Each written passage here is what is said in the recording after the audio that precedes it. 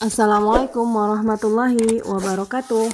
Teman-teman, kali ini kita akan membahas tentang kasus di listrik dinamis. Di hadapan teman-teman ini rangkaian dua loop. Kita akan mencari tegangan pada hambatan 10 ohm. Hal pertama yang harus kita lakukan adalah menentukan arah arus.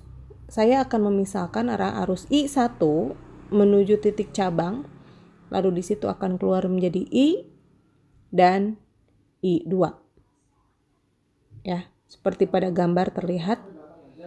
Teman-teman, ketika kita menentukan ini, kita menggunakan hukum Kirchhoff pertama, di mana arus yang masuk akan sama dengan arus yang keluar. Arus yang masuknya I1, arus yang keluar I dan I2. Lalu langkah kedua adalah kita akan menentukan arah loop. Arah loop dan arah arus itu tergantung kita ya, jadi terserah kita mau kemananya juga boleh. Saya akan menentukan loop pertama, arahnya ke sini. Ya, teman-teman bisa lihat. Kita akan menggunakan hukum Ohm. Ya, untuk rangkaian tertutup. Yaitu sigma GGL ditambah sigma I dikalikan dengan R sama dengan 0.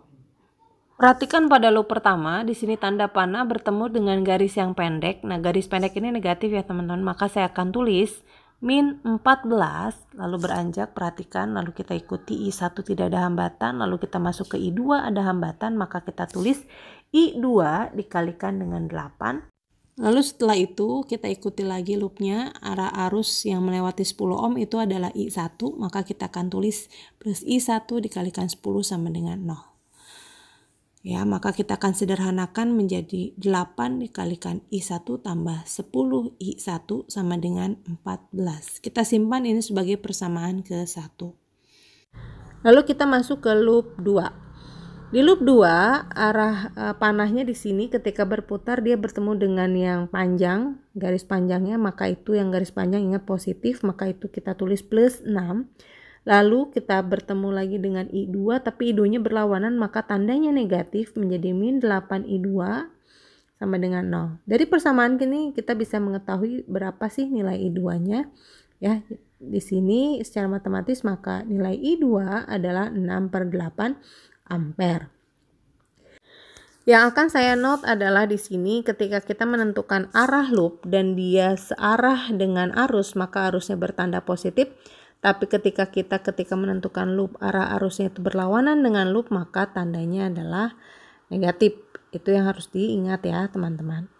Lalu kita akan masukkan I2 ke persamaan yang tadi, maka hasilnya adalah 8 dikali 6/8 ditambah dengan 10 I1 sama dengan 14. Maka kita operasikan secara matematis, maka didapat nilai I1 yaitu 14 dikurang 6 sama dengan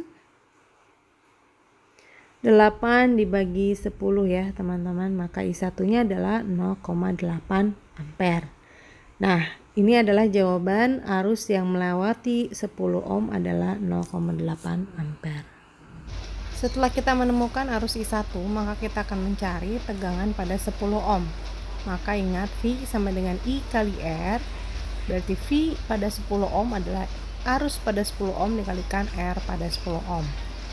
Pada 10 ohm kita sudah ketahui besarnya 0,8 ampere dan hambatannya adalah 10 ohm.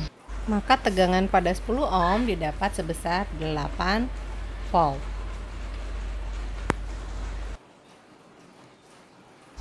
Baik, cukup sekian untuk pembahasan kali ini. Jika ada pertanyaan silahkan disampaikan. Jika ada koreksi pun silahkan disampaikan dengan cara yang baik-baik. Assalamualaikum.